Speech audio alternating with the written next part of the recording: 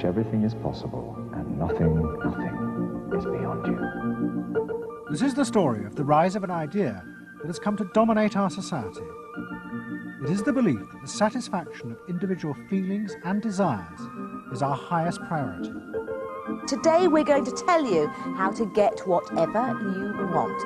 I wanted to live a different life that wasn't available to me in the image I was born. I'm here, look at me, notice me.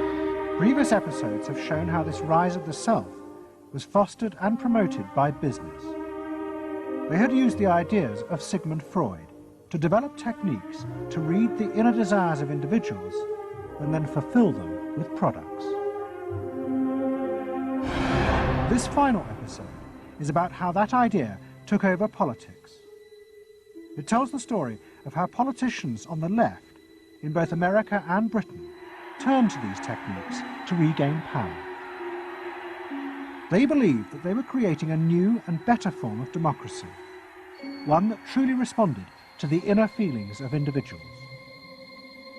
But what the politicians didn't realize was that the aim of those who had originally created these techniques had not been to liberate the people, but to develop a new way of controlling them in an age of mass democracy.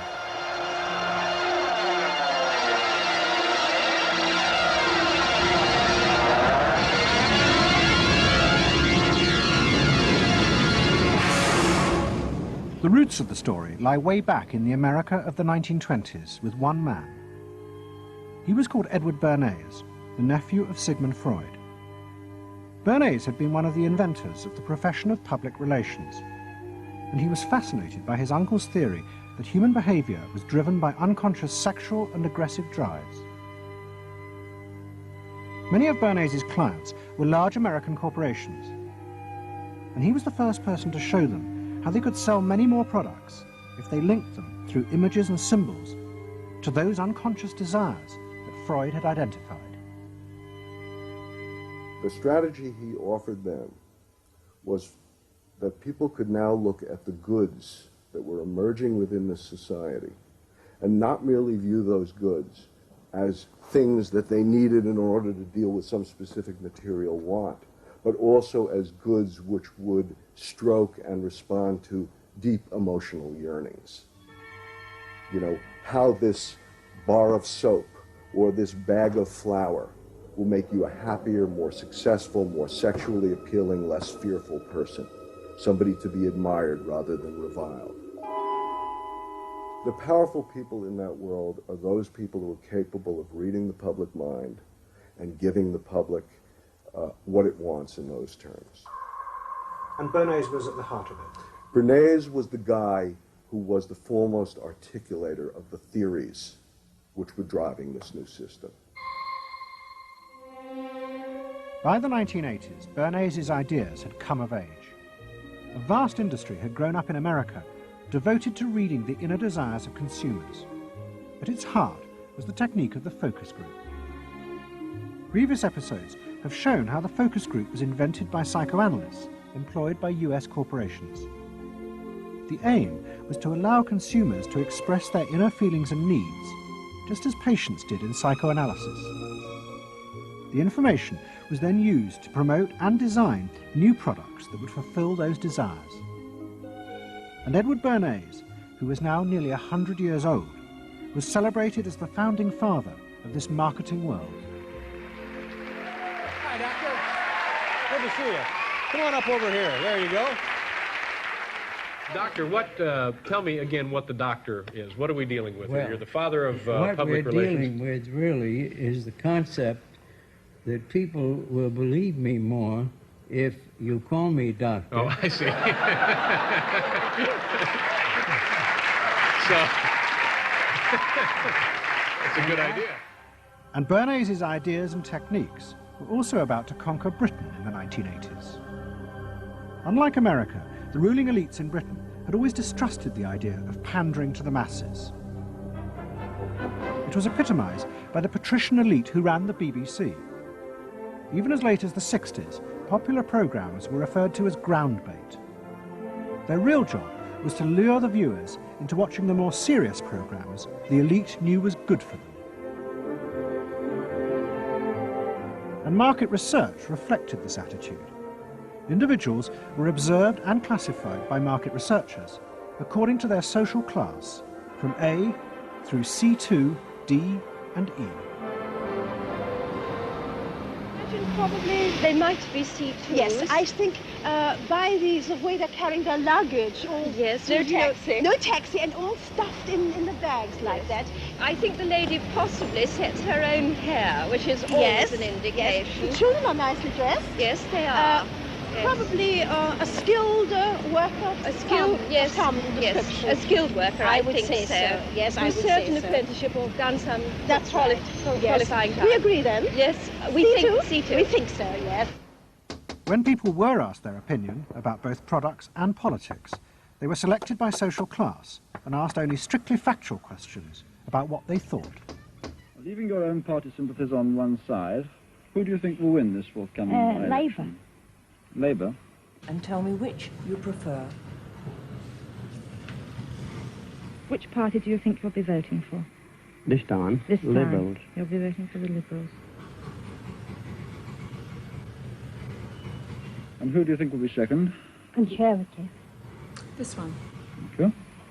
The idea that one might ask people what they themselves felt and desired, and then give it to them, was seen as alien to the ruling elites, which would challenge their belief that they knew what was best for the public. There's evidence in other countries, in the United States, for example, where pollsters have been used before elections to interpret the mood of the public, and then you give people more what they want to have and less what they ought to have. But again, this could be alleged to be more democratic, I don't know. It's very dangerous ground, I think, though, when polls are used in that way. But then, in the economic crisis of the mid-70s, British industry was forced to begin to pay attention to the inner feelings of consumers. As the recession deepened, consumer spending fell dramatically, and the advertisers insisted that the only way for companies to survive was to make their advertising more effective. And to do this, they would have to delve into people's underlying psychological motives for purchasing.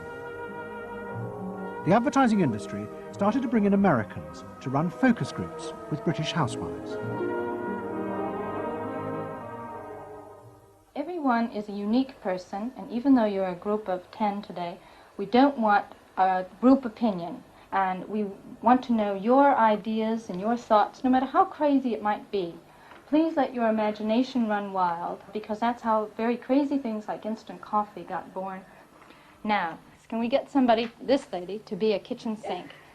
And kitchen sink, how do you feel with these things that are being used to clean you up? Well, I've got to feel clean. I've got to be kept clean. So I feel that. I should hate it if I was all greasy, so I've got to be easy to clean. Okay, now the housewife, this lady, what would you use to clean your kitchen sink? A scouring powder. Of course, a cloth to apply the things on, and plenty of water. Now, how do you feel as you're doing this chore? Feel satisfied? Well satisfied when I have done it, yes. I'm doing my duty. I feel it's a job well done. The consumers were encouraged to play at being products, from household cleaners to car seat belts. The aim was not to talk rationally, but to act out and reveal their inner emotional relationship to products. Which firmly and unmistakably underlines. And then a politician emerged who also believed that people should be allowed to express themselves. Instead of being controlled by the state, the individual should become the central focus of society. Some socialists seem to believe that people should be numbers in a state computer. We believe they should be individuals. We're all unequal. No one, thank heavens, is quite like anyone else, however much the socialists may pretend otherwise. And we believe that everyone has the right to be unequal, but to us, every human being is equally important. A man's right to work as he will, to spend what he earns, to own property, to have the state as servant and not as master, they are the essence of a free economy, and on that freedom all our other freedoms depend. Mrs. Thatcher's vision was of a society in which the wants and desires of millions of individuals would be satisfied through the free market. This, she believed, would be the engine to regenerate Britain. And with her ascent to power, the advertising and marketing industries flourished. Their task was to find out what the British people really wanted and then sell it to them. In this new climate, the focus group flourished. And those who ran them borrowed from the techniques of psychotherapy to delve ever deeper into people's feelings about products. We're trying to understand how people feel about brands, how they relate to brands. That is to say, what the brand's personality is as far as consumers are concerned. And there are a number of techniques which are very, very helpful for getting to that understanding. The consumer is given crayons to doodle, to express their feelings, to go inside their own head, pull out their feelings and somehow get them onto paper. And these are ordinary drinkers expressing their feelings about drinking Guinness. Here you see a rich, very female aspect of Guinness. So if you were describing a woman who somehow to you had that character, what sort of person is it? Paula Yates, who used to lay in bed, surrounded with magazines and chocolates like a 50s starlet.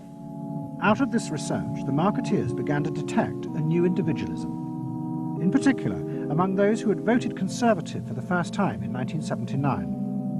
They no longer wanted to be seen as part of social classes, but to express themselves. And crucial to this were the products they chose to buy. We identified that there was this trend towards what might be called individualism, where people wanted to still be part of a crowd, but to express themselves as individuals within it, to have their own personalities, to be, I suppose, their own men. I didn't want to be the same as everybody else. I wanted it to be a little bit different, a little bit individual. It's quite individual upstairs. It's not remarkable, but I think it's quite individual. It is expensive. It's Italian. It's Italian, it's expensive, and it's good quality. A little bit different. Yeah, we want to set our own standards, so nobody else has got what we've got. We just didn't want it be the same as everybody else. We just want to be different. Business responded eagerly to this new individualism, and it soon became one of the main forces driving the growing consumer boom in Britain. Using the data from the focus groups, manufacturers created new ranges of products that allowed people to express their individuality. Business also recategorized people. They were no longer divided by social class, but by their inner psychological needs. If the primary need is security and belonging, we call the groups mainstreamers. If it's status and the esteem of others, then it's aspirers. If it's control, it's succeeders. And if it's self-esteem, it's reformers. And this new marketing culture began to take over the institutions previously dominated by a patrician elite, in particular the world of journalism. The assault was led by the profession of public relations. In the past, PR had been seen as seedy and corrupt, but now it became a glamorous business, promoting products and celebrities. And one of the rising stars was another member of the Freud family, Matthew Freud, the son of the Liberal MP Clement. What Freud and other PRs realised was that they could use their celebrities as levers to infiltrate advertising into the editorial content of newspapers. The newspapers were offered exclusive interviews with celebrities, but only if they also agreed to mention products made by Freud's corporate clients, in terms dictated by the company. What happened with Freud's was that you effectively got some kind of product placement, or even product, the manufacturers of the product got some degree of control over how their products would appear in print. So if, for example, you did want to write about Caprice's passion for stuffed crust pizza, you would sign a contract which guaranteed that you would mention the firm Pizza Hut in at least twice in certain positions in the introductory paragraph of the article, that you would agree to run the Pizza Hut logo at such and such a size in such and such a place, and of course that you would agree to run the enclosed pictures of Caprice eating her stuffed crust pizza. There was no choice about how you would run this article in the press. You were effectively told how to run the article in the press. By Freud's? By Freud's. It's a rise of the corporate culture and the rise of business. To traditional journalists, this infiltration of advertising into the editorial pages was a corruption of their profession. But to Mrs. Thatcher's allies, like Rupert Murdoch, who owned The Sun and The Times, it was part of a democratic revolution against an arrogant elite who had too long ignored the feelings of the masses. They hate to see someone communicating with the masses. They feel that newspapers, the written word, is not for the masses. That should be left to television, or perhaps to nobody. I'm very proud of The Sun. And The Sun was not represented tonight in your film. You just took page 3, which everyone seems so fascinated with. What about page 1, page 2, every other page of the paper?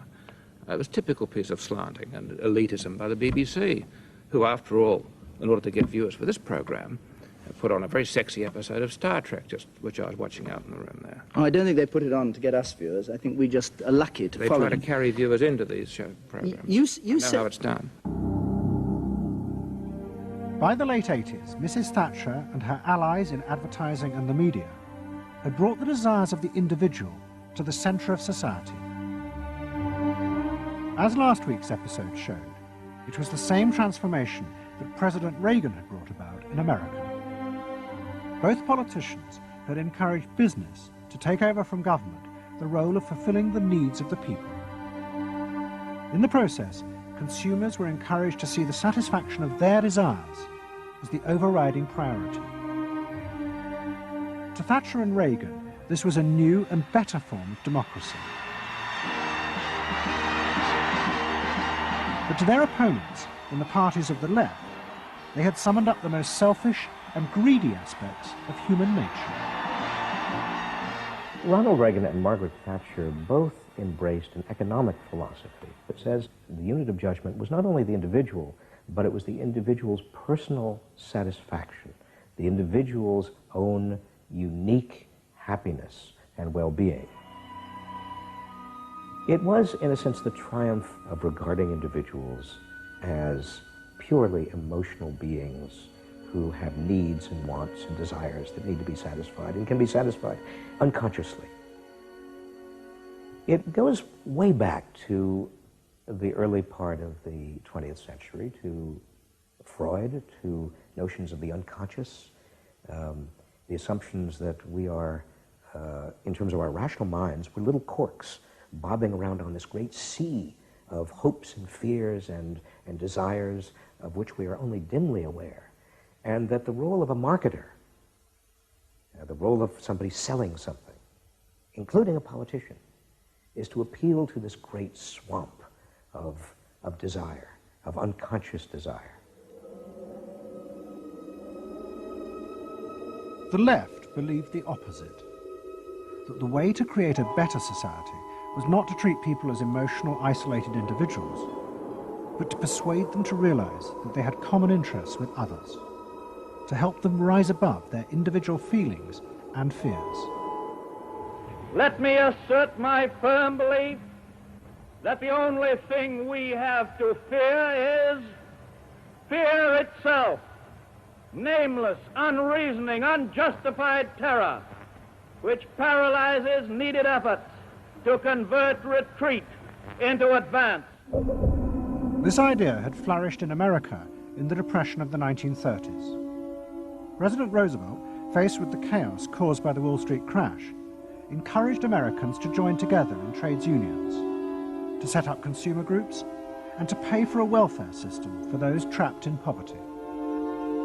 His aim was to create a collective awareness which would become a powerful weapon against the unfettered power of capitalism, which had caused the crisis.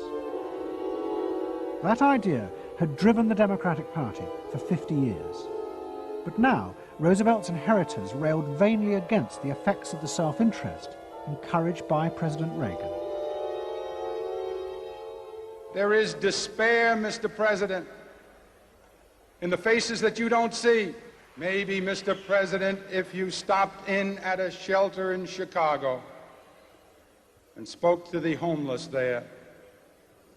Maybe, Mr. President, if you asked a woman who had been denied the help she needed to feed her children because you said you needed the money for a tax break for a millionaire or for a missile we couldn't afford to use.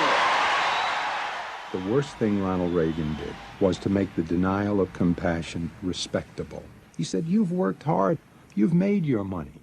You shouldn't have to feel guilty about refusing to throw it away on people who choose to be homeless and who choose not to work. That's what he said.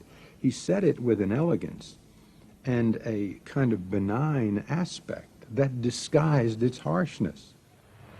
You think we can do anything about it? Well, why not? If we can work together now to look after the lives of the people here, I don't see why we couldn't work together afterwards to clear up the mess and help build a better world in which these things can't possibly happen. The qualities we've learned from comradeship and common suffering are not going to be wasted after this war. It's out of experience like ours that the new world will be built. That same idea of marshalling the collective force of the masses to challenge the entrenched power of wealth and business had also led the Labour Party to power in Britain after the war. But in the 80s, Labour, like the Democrats in America, lost election after election as millions who had once voted for them switched their allegiance to the Conservatives. There it is, going blue just about everywhere, sweeping the country. The rural parts of Britain now have gone blue. For they are the party of yesterday, and tomorrow is ours. In the face of this, a growing number within the Labour Party became convinced that if they were ever to regain power, Labour would have to come to terms with the new individualism. One of them was an advertising executive called Philip Gould, who had been a lifelong Labour supporter. Gould believed that Labour's leadership had become corrupted by the same patrician arrogance that dominated all Britain's institutions. They denigrated and disapproved of the new aspirations of working-class voters. Labour stopped listening to these people. And I remember the best example of this was after the election of 1983, which was the election above all, where the people's voices just were not heard. And I had dinner with a leading Labour Party figure who'd been involved in the defeat, heavily involved in the defeat, and his wife said, God, these working class people, they just, you know, we give them education, we give them chances in life, what do? They read the Sun and they just don't vote for us. And there was such a gap between these people just trying to make lives for themselves, better lives for themselves, and the kind of elitism of the Labour Party that was just such a chasm that had to be filled. Gould became part of a small group of modernisers centred around Peter Mandelson.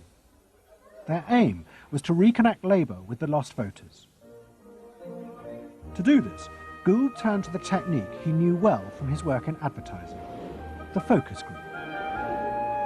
Gould commissioned focus groups in suburban areas across the country with small groups of voters who had switched to Mrs. Thatcher. People were encouraged not to talk rationally about policies, but to express their underlying feelings. And what Gould discovered was a fundamental shift in people's relationship to politics. They no longer saw themselves as part of any group, but as individuals who could demand things from politicians in return for paying taxes, just as business had taught them to do as consumers. And I found that the people had become consumers. People now wanted to have, you know, politics and life on their own terms. I mean, not just in politics, but in all aspects of life too. People see themselves as they are, as autonomous, powerful individuals who are entitled to be respected, who are entitled to have the best, not just in, going to Tesco's or wherever, but the best in terms of health and in education too. All this was about getting the Labour Party to understand that people really, really, really had changed, and the Labour Party had not, and unless the Labour Party changed, it would not win. Philip Gould now set out to try and persuade the Labour Party that they would have to make concessions to what he called the new aspirational classes. But he was going to face implacable opposition. In the run-up to the 1992 election, Gould argued that the only way to win was for Labour to promise not to put up taxes. But the Shadow Chancellor, John Smith, angrily refused. Labour would stick to its fundamental policies. They would fight the election with the promise of tax increases to create a fairer society. And as the campaign began, it seemed as if Philip Gould was wrong.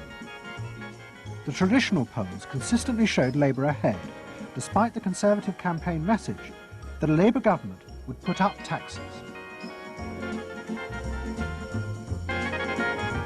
Even the Conservatives' oldest allies in the press became convinced that by harping on about tax, the Conservatives were cutting their own throats. So the worry about the Tories must be that they're not at the moment conveying a sense of grip and being in control. And unless they can do better than that, I think they're going to lose. The other thing is that they still say that they are going to go on and on with this one single message of tax. And I think, part of the difficulty this morning was that you had a whole lot of people who've been going to the same press conference for 7 days, had virtually the same message thrust at them, and are kind of getting bored and restless and hitting back on it. I think the media sense a big story coming in the Tories being defeated. And the Labour Party, too, was convinced it would win and finally return to power. It's now time to meet the men and women who will form the next government. Labour Chancellor of the Exchequer, John Smith. And now, it is time for the next Prime Minister, Neil Kinnock. Those running Labour's campaign believed that by modern presentation, they would attract back the voters, yet keep the old policies. But Philip Gould was convinced that Labour were going to lose. Through his focus groups, he knew that the very people who were telling the traditional pollsters they would vote Labour were in reality preparing to vote Conservative out of self-interest. But they were too embarrassed to admit it. And John Major also knew this, because his focus groups were telling him the same thing. What do you make of the poll which puts Labour 5 points ahead? Sir, one to the Daily Mail, sir. Feel out in the streets that matters. It's feeling good on the streets, is it? It is feeling good on the streets, yes. It has been feeling surprisingly good on the streets for some time. Quite surprisingly, quite out of line with opinion polls. Don't ask me to explain it, but the deal's all right. Sir? Anyway, go on. No, lads, you must sit down. We're waiting to go. John Major's victory in 1992 was a disaster for the Labour Party. The small group of reformers centred around Peter Mandelson and Philip Gould were convinced that the only way for the party to survive was to change its basic policies. But their ideas were rejected by John Smith, who had now become leader. Philip Gould left Britain to go to work for the campaign to elect Bill Clinton president in America. The 1992 election, during it and afterwards, people felt under great strain and really did feel demoralised and dejected. And then to go from this to the Clinton campaign, it was an extraordinary experience, because here suddenly I found articulated many of the ideas that I'd had, but not fully myself been able to encapsulate or to articulate. If you want a president who will restore the middle class, reclaim the future for the middle class, and restore the American dream, vote for Bill Clinton in New Hampshire and send a signal to the country that we are coming together. What Gould discovered was that, like the Labour Party, the Democrats had also been doing focus groups with swing voters. The difference was that Bill Clinton had decided to tailor his policies to fit with these voters' desires. Above all, with their ferocious belief that they should only pay tax for things that benefited them, not for the welfare of others. I have no idea what percentage of my tax dollars go to welfare, but even if it's a minuscule percentage, even if it's 0.25%, it's still too much for the people that are receiving these benefits that are basically non-productive. The Clinton team decided that to win, they had to promise tax cuts for these suburban voters. And they also used the focus groups throughout the campaign to check every appearance, speech and policy with them for their approval. What Clinton called the forgotten middle class became central figures in a new type of reactive politics. Candidates for the presidency of the United States had been prepackaged and designed for many, many years. What was new was an attempt to use very sophisticated or pseudo-sophisticated techniques to plumb the public psychology, to find out precisely what the desires of the individuals were, and then to come up with a candidate and a platform and images and words that exactly responded to those deep desires. This was packaging at a new level. This was polling at an extreme. I'm not going to raise taxes on the middle class. And the middle class needs a break.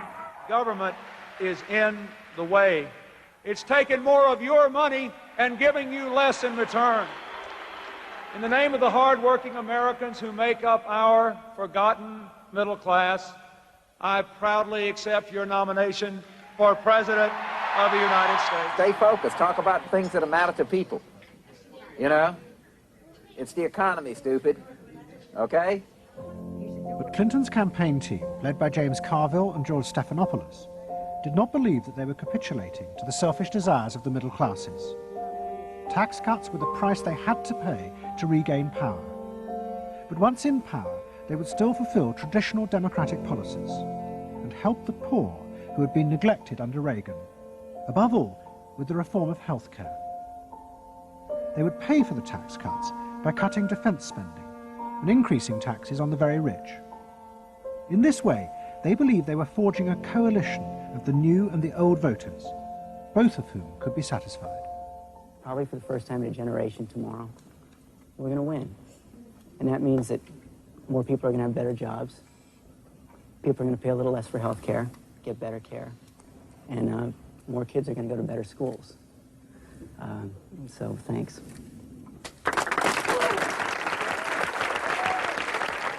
But the Democrats' optimism was to be short-lived. In November 1992, Clinton was triumphantly elected president. But within weeks, his administration discovered that the budget deficit was far greater than they had anticipated. At a meeting in the White House in January 1993, the head of the Federal Reserve told them that the deficit was nearly $300 billion. There was no way they could borrow any more without panicking the markets and causing a crisis. The only way to pay for the proposed tax cuts would be to cut government spending, not just on defense, but on welfare.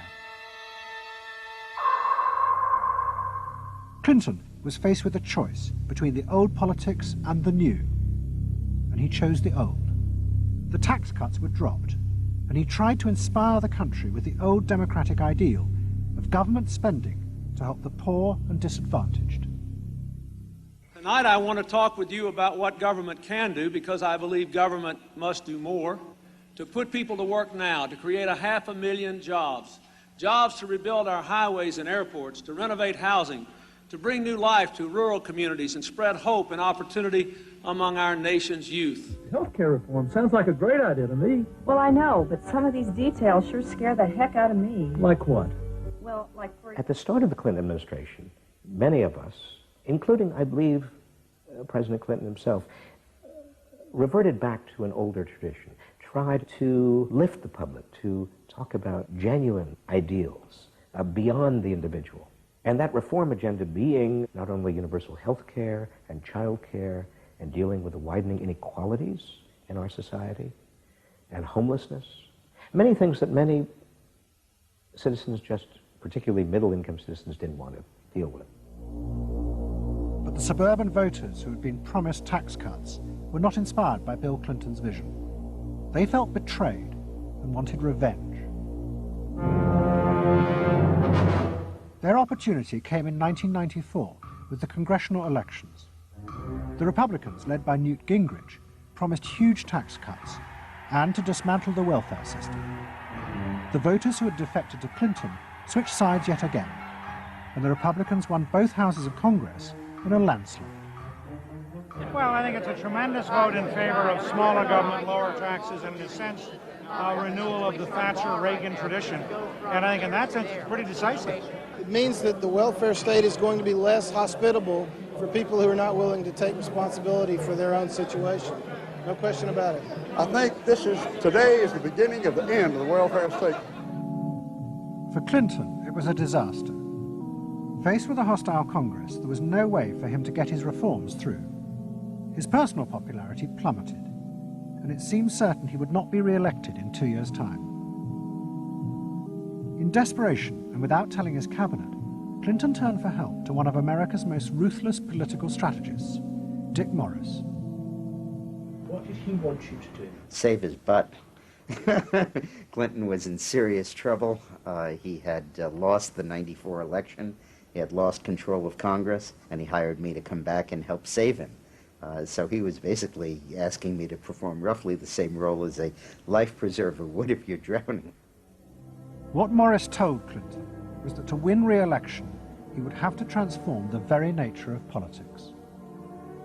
The crucial swing voters in the suburbs now thought and behaved like consumers.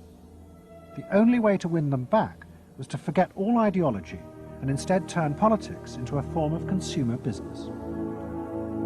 Clinton must try to identify their personal desires and whims and then promise to fulfill them. If he followed those consumer rules, they would follow him.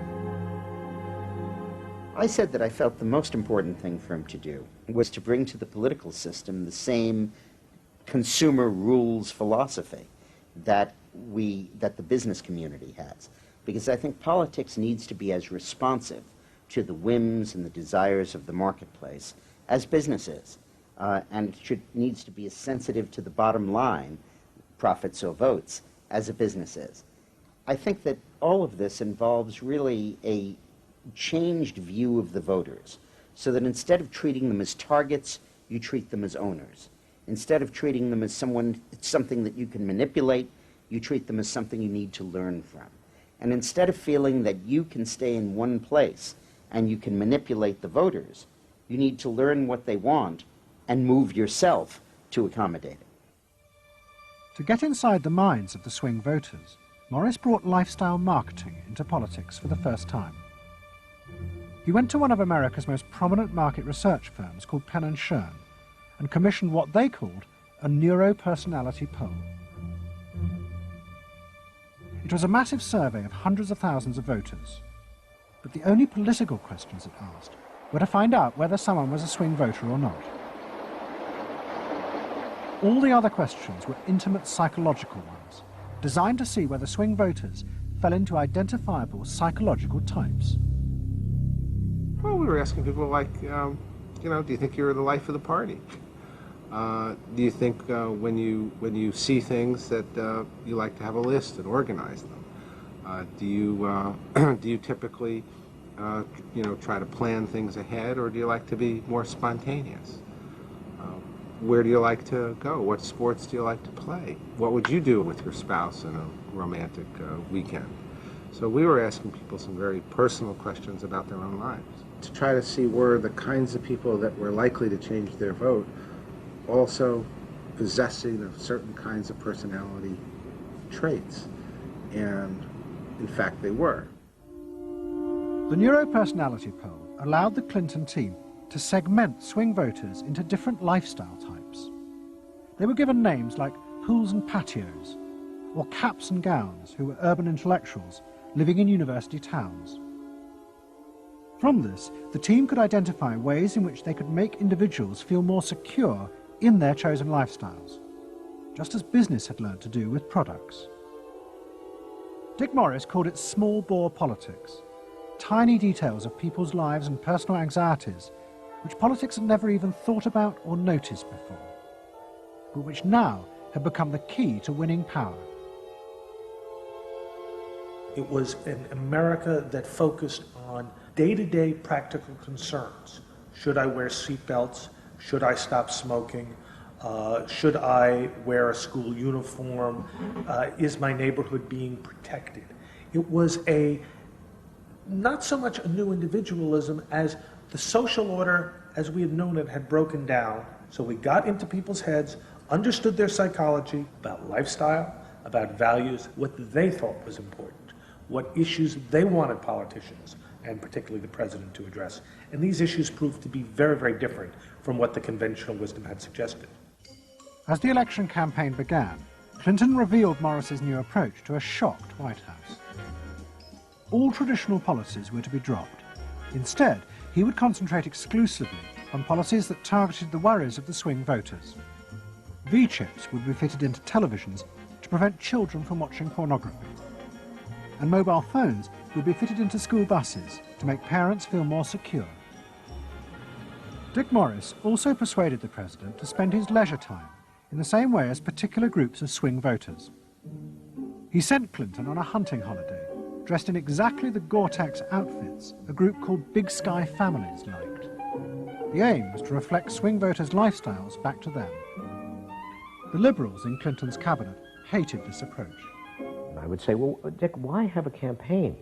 This was the 1996 campaign. If all the president is going to do is offer up these little bite-sized miniature initiatives that appeal to people's desires, like consumers, buying soap, V-chips that you could put in your televisions so you could make sure that your children did not have pornography, and school uniforms. Why talk about them? They're so mundane and they're so tiny. And he would say back, if we don't do this, we may not get reelected. And I would say, what's the point of getting reelected if you have no mandate to do anything when you're reelected? And he'd say, what's the point of having a mandate if you can't get reelected? Isn't the ultimate goal getting reelected? But Morris's new politics were an extraordinary success. Clinton's ratings among the swing voters began to soar. And Dick Morris, along with the marketeer Mark Penn, took effective charge of making White House policy. Mark Penn set up a huge call center in an office block in Denver. And every night, hundreds of telephone operators called swing voters in suburbs across the country to check with them every detail of policies that Clinton was proposing. The policy was made by a group of people manning telephones in Denver, Colorado, placing calls to voters in places like Westchester and Pasadena, and asking them what they wanted from their government, and asking them very specifically about specific policies that Bill Clinton was considering. Would you be more likely to support him if he offered this particular government service, or if he offered that one? Those people told them what they thought. Mark Penn transmitted that to Bill Clinton, and it came out of his mouth. So essentially it was suburbanite voters. Suburban voters in the 90s were creating American domestic policy, and some of its foreign policy as well. Really? Yeah, Mark Penn was polling on questions like whether we should bomb in Bosnia, things like that. Morris also insisted that Clinton make a symbolic sacrifice of the old politics to convince the swing voters to trust him. In August 1996, Clinton signed a bill which ended the system of guaranteed help for the poor and unemployed. Welfare would be cut back after 2 years in order to force people into work. The new system was called welfare to work, and would, he said, be a hand up, not a handout. It was the effective end of the guaranteed welfare system created by President Roosevelt 60 years before. For many in Clinton's cabinet, it was also the end of the progressive political ideal that Roosevelt had represented. The belief that one used a position of leadership to persuade the voters to think and behave as social beings, not as self-interested individuals. Dick Morris and the pollsters had won. And by that I mean that the people who ultimately got to the president, shaped the president's mind, were those who viewed the voters as just a collection of individual desires that had to be catered to and pandered to. It suggests that democracy is nothing more, and should be nothing more, than pandering to these unthought about, very primitive desires. Primitive in the sense that they are not even necessarily conscious, just what people want in terms of satisfying themselves. And the same triumph of the politics of the South was about to happen in Britain too. In 1994, Tony Blair had become the leader of the Labour Party, and the reforming group centred around Peter Mandelson became all-powerful. Almost every night, Philip Gould ran focus groups with swing voters in the suburbs. But this time, he was listened to, and the desires and the fears of the new aspirational classes became the central force shaping Labour Party policies. In that period, I was talking to people who used to vote Conservative and were considering voting Labour, and they understood that they are financially pressed and that there are limits to the extent to which taxation can be improved. They think that crime is an issue that matters to them and should be respected. They You know, they want welfare to go to people who deserve welfare, not to people who do not. This was seen of by many in the Labour Party as selfish. I never saw that it was selfish. I believe that you know, a dad or a mum doing their best for their family isn't selfish. They're just doing their best for their family, and that's what people do. A crackdown on those who make life hell in their local neighbourhoods through noise or disturbance. Law and order is a Labour issue today. Philosophy of campaigning is, let's concentrate on swing voters, let's focus group them to find out what they want and what will appeal to them, and let's just relentlessly push those themes in the election. Something is happening to you. After promising to put money in your pocket, the Conservatives are quietly taking it away. Philip Gould was crucial because he gave the raw material, if you like, for these politicians to do this kind of politics. In that when he came up with stuff, they'd follow it, you know, pretty much without exception. Blair himself would pore over these sort of 12-page memos and say, well, this is what we must do. We want people to earn more, to consume the good things of life. We want people to pay lower taxes. Gordon Brown says a Labour government would hold the main tax rates unchanged. The Labour government will not increase the basic rate of tax. I want to make it clear that I will not increase tax.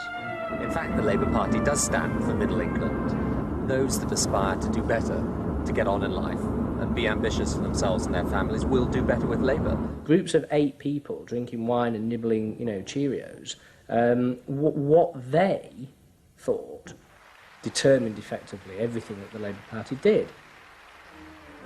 And although those running the campaign liked to portray the new approach as their invention, it was in fact copied from the Americans, even down to the phrases that the American marketeers had tested on their swing voters. Peter Mandelson and his team were in the United States watching what we did and copied almost verbatim our approach in their 1997 campaign. The benefit system should be about giving people a hand up, not just a handout. Mandelson's not a fool if he's anything. He saw something that worked, so why not do it? And I can remember reading their manifesto and saying to myself, they just took it lock, stock, and barrel. You know, on one hand, you're proud, and on another hand, you're bitch. And as in America, Labour was forced to drop policies that would not directly benefit the swing voters, even if it meant sacrificing its fundamental principles. The commitment to public control of industry, which was enshrined as Clause 4 of the party constitution, was dropped. The aim of Clause 4 had been to use the collective power of the people to challenge the unfettered greed of business. But now, Tony Blair was faced with crucial voters who no longer saw themselves as exploited by the free market. They saw themselves as individual consumers who were fulfilled and given identity by what business delivered them. The new Clause 4 promised not to control the free market, but to let it flourish. Business is more powerful than government. It is quicker, it is more creative. Business is the lifeblood of the country. From this come all the benefits that society needs. Employment, investment. I think, frankly, there is only one party getting business right, and that's New Labour. What New Labour did suits people who exert power in society not through the political system, or not through the democratic political system. So it suits big business, and it suits entrenched interest, and it suits the status quo. You know, those 3 things, of course, just off the top of my head, being the things that the Labour Party is supposed to be, you know, a counterforce to. What that means is big business get to carry on exerting their power behind the scenes, getting their way, because there's no countervailing pressure. Countervailing pressure isn't going to come from, you know, 8 people sipping wine in Kettering. Here he goes, turning an awful lot of other blue seats red as well.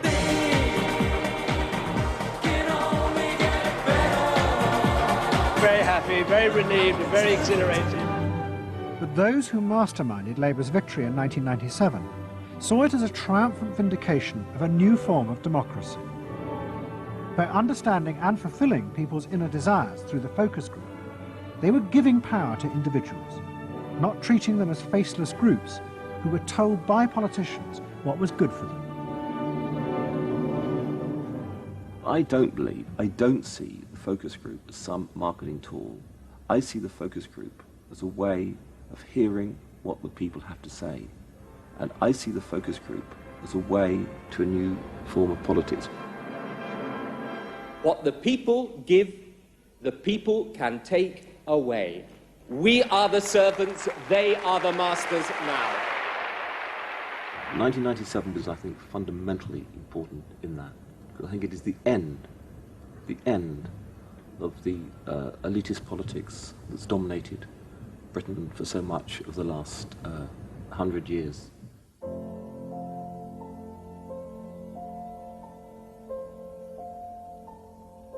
In 1939, Edward Bernays, Sigmund Freud's nephew, created a vision of a future world in which the consumer was king.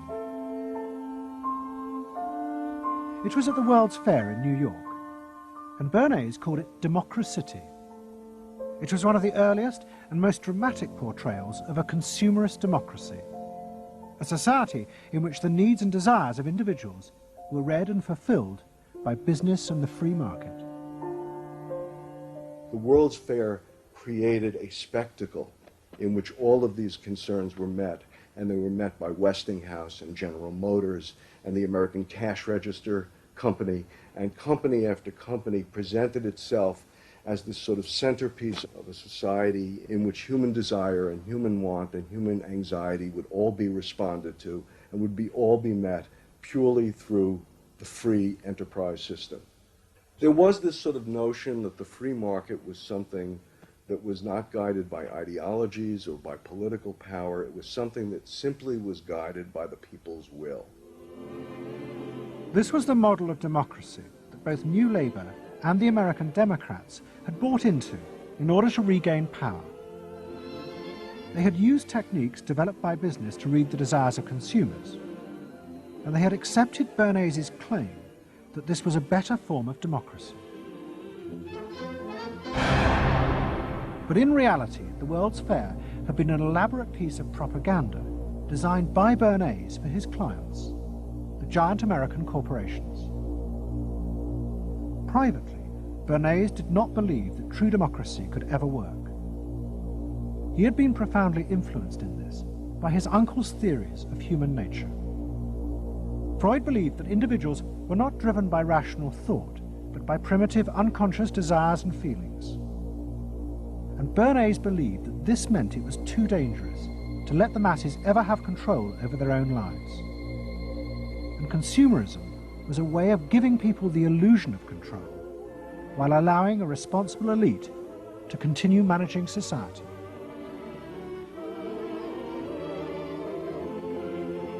It's not that the people are in charge, but that the people's desires are in charge. The people are not in charge. The people exercise no decision-making power within this environment. So democracy is reduced from something which assumes an active citizenry to something which now increasingly is predicated on the idea of the public as passive consumers, the public as people who essentially what you're delivering them are doggy treats. The problem for New Labour was that it believed the propaganda. They took at face value the idea promoted by business that the systems invented to read the consumer's mind could form the basis for a new type of democracy. Once in power, New Labour tried to govern through a system that Philip Gould called continuous democracy. But what worked for business in designing products led the Labour government into a bewildering maze of contradictory whims and desires. For much of Labour's first term, the focus groups said that the railways were not a high priority, and Labour's policies faithfully reflected this. But now, those same groups are blaming the government for not having invested more money sooner in the railways. The point about focus group politics is that there isn't one because people are contradictory and irrational, and so you have a problem in terms of deciding what you're going to do if all you do is actually listen to a mass of individual opinions that are forever fluctuating and don't really have any coherence, and crucially are not set in context. So that's why people can say, you know, I want lower taxes and better public services. Well, of course they do. You know, you say, do you want to pay more taxes to get better public services? People are less sure. They then don't believe that if they do pay more taxes, they will be spent on better public services. So you end up in this quagmire where, you know, the truth is a politician has to say, look, this is what I believe. I believe that you should pay slightly more taxes to make better public services, and I pledge that I'm competent enough to actually use that money wisely. Do you want that? Vote for me, yes or no. And that's what Blair has failed to do. Tony Blair turns around and sort of tries to feed back to them what they already believe, and given what they believe is sort of a load of individual, incoherent, contradictory nonsense, that's all he has to offer. And then he wonders why people don't get him. You know, the answer they don't get him is because they're looking for someone to do something that they can't do themselves, which is actually come up with a coherent political opinion that they might have faith in. New Labour are faced with a dilemma. The system of consumer democracy that they have embraced has trapped them into a series of short-term and often contradictory policies. There are now growing demands that they fulfil a grander vision, that they use the power of government to deal with the problems of growing inequality and the decaying social fabric of the country. But to do this, they will have to appeal to the electorate to think outside their own self-interest. And this would mean challenging the now dominant Freudian view of human beings as selfish, instinct-driven individuals, which is a concept of human beings that has been fostered and encouraged by business because it produces ideal consumers. Although we feel we are free, in reality, we, like the politicians, have become the slaves of our own desires. We have forgotten that we can be more than that there are other sides to human nature. Fundamentally, here we have two different views of human nature and of democracy. You have the view that people are irrational, that they are bundles of unconscious emotion. That comes directly out of Freud. And businesses are very able to respond to that. That's what they have honed their skills doing. That's what marketing is really all about. What are the symbols, the music, the images, the words that will appeal to these unconscious feelings? Politics must be more than that. Politics and leadership are about engaging the public in a rational discussion and deliberation about what is best, and treating people with respect in terms of their rational abilities to debate what is best. If it's not that, if it is Freudian, if it is basically a matter of appealing to the same basic unconscious feelings that business appeals to, then why not let business do it? Business can do it better. Business knows how to do it. Business, after all, is in the business of responding to those feelings.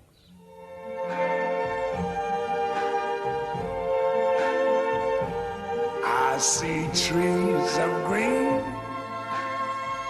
red roses too. I see them bloom for me and you. And I think to myself, what a wonderful world. I think to myself, what a wonderful